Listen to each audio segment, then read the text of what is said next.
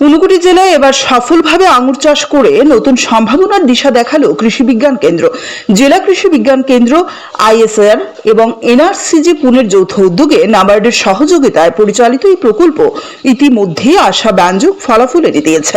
আধুনিক কৃষি প্রযুক্তি ও বৈজ্ঞানিক পদ্ধতির প্রয়োগের মাধ্যমে জেলার আবহাওয়াতেও আঙুর চাষ যে সম্ভব তা বাস্তবে প্রমাণ করেছেন কৃষি বিজ্ঞান কেন্দ্রের উদ্যান বিজ্ঞানী ডক্টর রতন দাস ও তাঁর টিম। তার তত্ত্বাবধানে পরীক্ষামূলকভাবে শুরু হওয়া এই চাষ এখন কৃষকদের মধ্যেও আগ্রহ সৃষ্টি করেছে। ডক্টর রতন দাস জানান, সঠিক পরিচর্যা, উপযুক্ত জাত নির্বাচন এবং আধুনিক ব্যবস্থাপনার মাধ্যমে ঊনকোটির মাটিতেও উন্নত মানের আঙুর উৎপাদন সম্ভব হয়েছে। এই সাফল্য ভবিষ্যতে জেলার কৃষকদের জন্য বিকল্প ও লাভজনক কৃষি উদ্যোগ হিসেবে গুরুত্বপূর্ণ ভূমিকা নিতে পারে। তিনি আরও জানান, কৃষকদের আঙুর চাষ বিষয়ে নিয়মিত প্রশিক্ষণ, প্রযুক্তিগত সহায়তা এবং প্রয়োজনীয় পরামর্শ প্রদান করা হচ্ছে। কৃষি বিজ্ঞান কেন্দ্রের এই উদ্যোগ জেলার কৃষিক্ষেত্রে বৈচিত্র্য আনার পাশাপাশি কৃষকদের আর্থিকভাবে স্বনির্ভর করে তুলতে বিশেষ সহায়ক হবে বলেও মনে করছেন সংশ্লিষ্ট মহল। ত্রিপুরা রাজ্যে তো নর্মালি আঙ্গুর চাষ হয় না, যদিও 2002 সালে ঊনকোটি মডেল সন্তৈল মডেল অর্চার্ডে তৎকালীন অ্যাসিস্ট্যান্ট ডাইরেক্টর শ্রী প্রতাপচন্দ্র দাসের তত্ত্বাবধানে আঙ্গুর চাষের একটা পরিকল্পনা শুরু হয়, কিন্তু তা টক আঙ্গুর রূপে প্রতিফলিত হয়।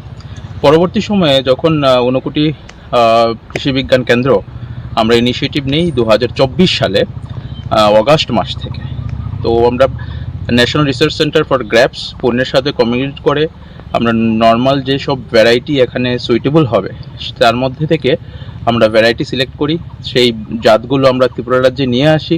তৎসঙ্গে নাবার্ড আমাদের সহযোগিতা করেছে, আর ন্যাশনাল ডাইরেক্টরেট অফ হর্টিকালচার আমাদের ফান্ডিং করেছেন। তা থেকে আমরা বিভিন্ন জাতকে আমরা ট্রায়াল দিয়ে দেখা যায় যে একটা জাত খুব ভালো পারফর্ম করছে, কিন্তু মিষ্টতা বর্ধন করার জন্য আমরা ডিফারেন্ট ট্রিটমেন্ট, আমরা টোটাল 8 রকমের ট্রিটমেন্ট আমরা দিয়ে থাকি। নিউট্রিশনাল ট্রিটমেন্ট, তারপর কিভাবে হরমোনাল ট্রিটমেন্টগুলো আমরা দিয়ে দেখা গেছে এখন একটা জাত ত্রিপুরা রাজ্যে সাকসেসফুলভাবে প্রাথমিকভাবে আমরা বলতে পারি যে সফলতা লাভ করেছে, এবং মিষ্টি আঙ্গুর আগামী দিনে কৃষকদের হাতে তুলে দেওয়া যাবে। বলা বাহুল্য, ত্রিপুরা রাজ্যে যা আঙ্গুর পাওয়া যায় সবই আঙ্গুর আমরা বহির্রাজ্য থেকে আমরা ত্রিপুরা রাজ্যে নিয়ে আসি, এবং সেই আঙ্গুরগুলো এক্সপোর্ট করার পর যে কোয়ালিটির আঙ্গুর থাকে সেই কোয়ালিটির আঙ্গুর ত্রিপুরা রাজ্যে আসে।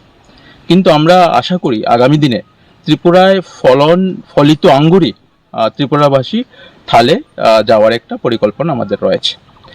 তৎসঙ্গে আরও বলা যায় যে আগামী দিনে আমরা এই রিসার্চ কন্টিনিউ করছি, নাবার্ড আমাদের ফান্ডিং দিচ্ছে।